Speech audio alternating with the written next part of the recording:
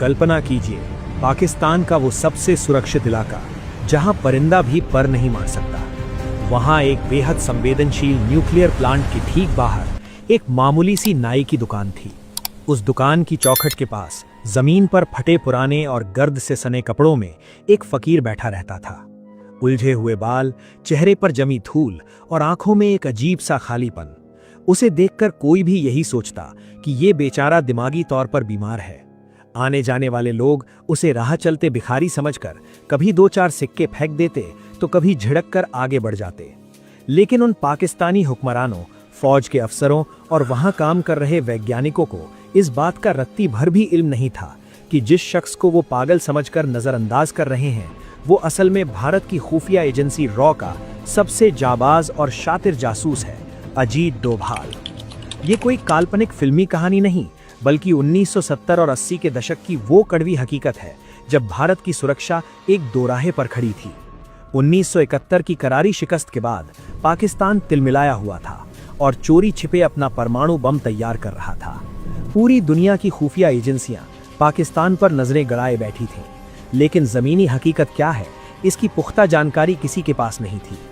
केहुटा, जहां पाकिस्तान का परमाणु संयंत्र स्थित था, उसे एक अभेद्य किले में तब्दील कर दिया गया था। वहां परिंदा भी बिना इजाजत दाखिल नहीं हो सकता था। चारों तरफ high tech security, air defence system और सादे कपड़ों में घूमते इंटेलिजेंस अफसरों का सख्त पहरा था। उस तरफ देखना भी खुद को मौत के हवाले करने जैसा था। ऐसे वक्त में भारत को एक ऐसे जासूस की जरूरत थी जो न केवल पाकिस्तान की सीमा लांघ सके, बल्कि वहां की भीड़ का हिस्सा बनकर पूरी तरह गायब हो जाए। ये जिम्मेदारी उठाई युवा और निडर अजीत डोभाल ने। उन्होंने एक पाकिस्तानी मुस्लिम का भेष धरा और अपना नया जीवन शुरू किया। ये काम जितना सुनने में रोमांचक लगता है, हकीकत में उतना ही खौफनाक था। एक गलत लफ्ज या एक छोटी सी चूक का मतलब था सीधे मौत की सजा या उम्र भर का अमानवीय टॉर्चर। डोभाल जी लाहौर और इस्लामाबाद के बीच के इलाकों में रहने लगे। उन्होंने अपनी हिंदी की आदत छोड़ी और ठेठ उर्दू सीखी। वो स्थानीय मस्जिदों में नमाज पढ़ते और लोगों से ऐसे मिलते जुलते कि खुद पड़ोसियों को भी कभी शक नहीं हुआ कि उनके बीच एक भारतीय स्पाई रह रहा है। उनका असली मिशन सिर्फ छिपना नहीं, बल्कि सबूत जुटाना था। उन्हें खुफिया जानकारी मिली कि प्लांट के अंदर काम करने वाले टॉप साइंटिस्ट अक्सर बाहर के एक लोकल बाजार में आते हैं, लेकिन उनसे संपर्क करना नामुमकिन था क्योंकि वो हमेशा कड़े सुरक्षा घेरे में रहते थे। तभी डोभाल जी की नज़र उस नाई की दुकान पर पड़ी जहां ये वैज्ञानिक अक्सर बाल कटवाने या शेविंग कराने आया करते थे। यहीं से शुरू हुआ डोभाल जी का सबसे रिस्की प्लान। उन्होंने खुद को एक लाचार भिखारी के रूप में ढाला और उसी दुकान के बाहर अपना डेरा डाल लिया। वे घंटों वहां धूल फांकते रहते, लेकिन उनकी चौकन्नी निगाहें हर आने जाने वाले टारगेट को पहचान रही थी। उनका मकसद सिर्फ उन्हें देखना नहीं, बल्कि कुछ ऐसा हासिल करना था जो खुफिया दुनिया में सोने से भी ज्यादा कीमती था। आप सोच रहे होंगे कि आखिर बालों से क्या हासिल होता है। दरअसल जब कोई व्यक्ति प्लूटोनियम या यूरेनियम जैसे रेडियो एक्टिव पदार्थों के बीच काम करता है, तो उसके शरीर और खासकर बालों में रेडिएशन के सूक्ष्म अंश यानी ट्रेसेस रह जाते हैं। अगर वो बाल भारत की लैब तक पहुंच जाते तो वैज्ञानिक ये पता लगा सकते थे कि पाकिस्तान किस ग्रेड का यूरेनियम तैयार कर रहा है और वो परमाणु बम बनाने के कितने करीब पहुंच गया है। दिन हफ्तों में बदलते गए। डोभाल जी उसी दुकान की दहलीज पर मिट्टी में सने बैठे रहे। फिर एक दिन वो पल आया जिसका उन्हें इंतजार था। एक मुख्य परमाणु वैज्ञानिक दुकान के भीतर दाखिल हुआ। डोभाल जी के दिल की धड़कनें तेज थीं, पर चेहरे पर वही बेरुखी और पागलपन वाला मुखौटा बरकरार था। अंदर कैंची चलने की आवाज आ रही थी और वो कीमती सबूत यानी काले सफेद बाल फर्श पर गिर रहे थे। जैसे ही वो वैज्ञानिक बाहर निकला और दुकान में थोड़ी हलचल कम हुई, डोभाल जी लड़खड़ाते हुए दरवाजे के पास पहुंचे। नाई को लगा कि शायद कोई भूखा भिखारी कुछ ढूंढ रहा है, इसलिए उसने ध्यान नहीं दिया। बस उसी पल का फायदा उठाकर डोभाल जी ने बिजली की फुर्ती से जमीन पर पड़े उन बालों के गुच्छों को अपनी मुट्ठी में भींचा और जेब के हवाले कर दिया। ये महज 10 सेकंड की कार्रवाई थी, लेकिन इसमें पूरी जान की बाजी लगी थी।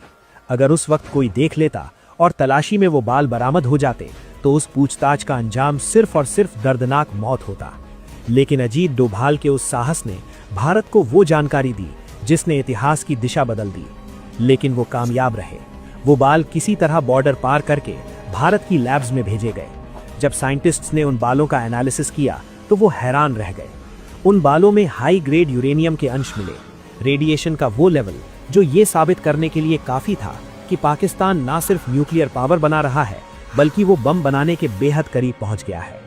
अजीत डोभाल के उस एक सैंपल ने भारत सरकार की आंखें खोल दी। ये बहुत बड़ी जीत थी, लेकिन जासूसी की दुनिया में एक कहावत है, आप 1000 बार सही हो सकते हैं लेकिन आपको हारने के लिए सिर्फ एक बार गलत होना पड़ता है। और ऐसा ही कुछ अजीत डोभाल के साथ होने वाला था। लाहौर की एक मशहूर दरगाह थी जहां अक्सर भारी भीड़ रहती थी। अपनी कवर आइडेंटिटी को मजबूत रखने के लिए डोभाल अक्सर वहां जाते थे। वो वहां नमाज पढ़ते और लोगों के बीच एक पक्के मुसलमान की तरह रहते थे। एक शाम वो उसी दरगाह के एक कोने में बैठे थे। माहौल बिल्कुल शांत था, लेकिन तभी उन्हें अचानक महसूस हुआ कि कोई उन्हें घूर रहा है। उन्होंने कनखियों से देखा।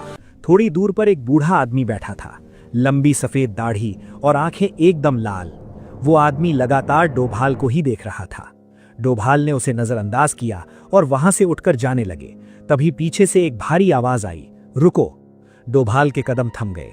उन्होंने पीछे मुड़कर देखा। वो बूढ़ा आदमी अपनी जगह से उठा और धीरे धीरे उनके पास आया। उसने डोभाल के चेहरे को गौर से देखा और फिर एक ऐसा सवाल पूछा जिसने डोभाल के पैरों तले जमीन खिसका दी। उसने बहुत धीमी आवाज में कहा, तुम हिंदू हो ना? सन्नाटा छा गया। पाकिस्तान के बीचों बीच एक भीड़ भाड़ वाली दरगाह में अगर किसी ने सुन लिया होता कि यहाँ एक हिंदू जासूस है तो वो भीड़ उन्हें वहीं जिंदा जला देती। डोभाल ने तुरंत अपना कॉन्फिडेंस बटोरा और ठेठ उर्दू में जवाब दिया, नहीं बाबा, आप ये क्या कह रहे हैं? मैं तो मुसलमान हूँ, पैदाइशी मुसलमान। लेकिन उस बूढ़े आदमी ने उनकी बात नहीं मानी। उसके चेहरे पर एक रहस्यमयी मुस्कान थी। उसने अपना हाथ उठाया और डोभाल के कान की तरफ इशारा किया और कहा, अगर तुम मुसलमान हो तो तुम्हारे कान क्यों छिदे हुए हैं? ये सुनते ही डोभाल को अपनी वो गलती याद आ गई जो उन्होंने बचपन में की थी, या यूं कहें कि ये हमारी भारतीय संस्कृति का हिस्सा था। बचपन में उनके कान छिदवाए गए थे और भले ही उन्होंने कुंडल पहनना छोड़ दिया था, लेकिन वो छोटा सा छेद अभी भी वहां मौजूद था। उन्होंने पूरी तैयारी की थी, भाषा बदली, कपड़े बदले, नाम बदला, लेकिन वो एक छोटा सा छेद उनकी जान का दुश्मन बन गया था। उस पर डोभाल को लगा कि खेल खत्म हो गया है।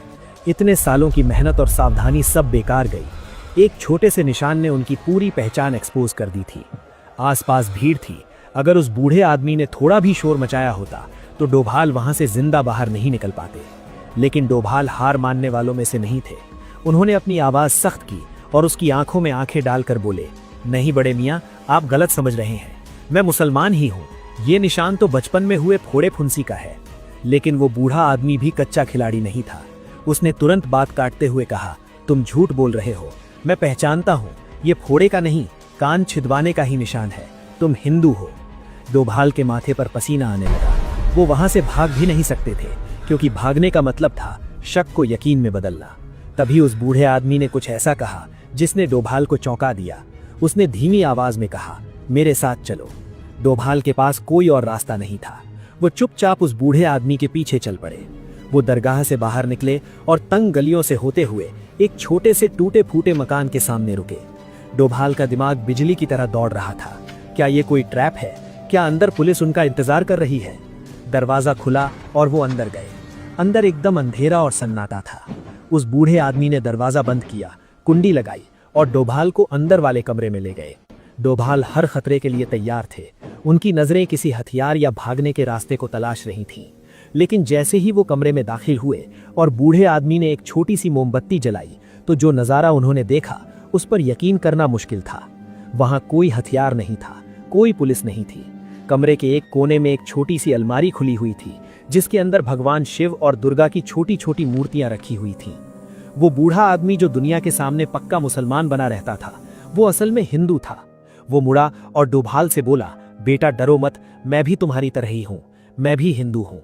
उसने बताया कि 1947 की बंटवारे की मारकाट में उसका पूरा परिवार मारा गया था।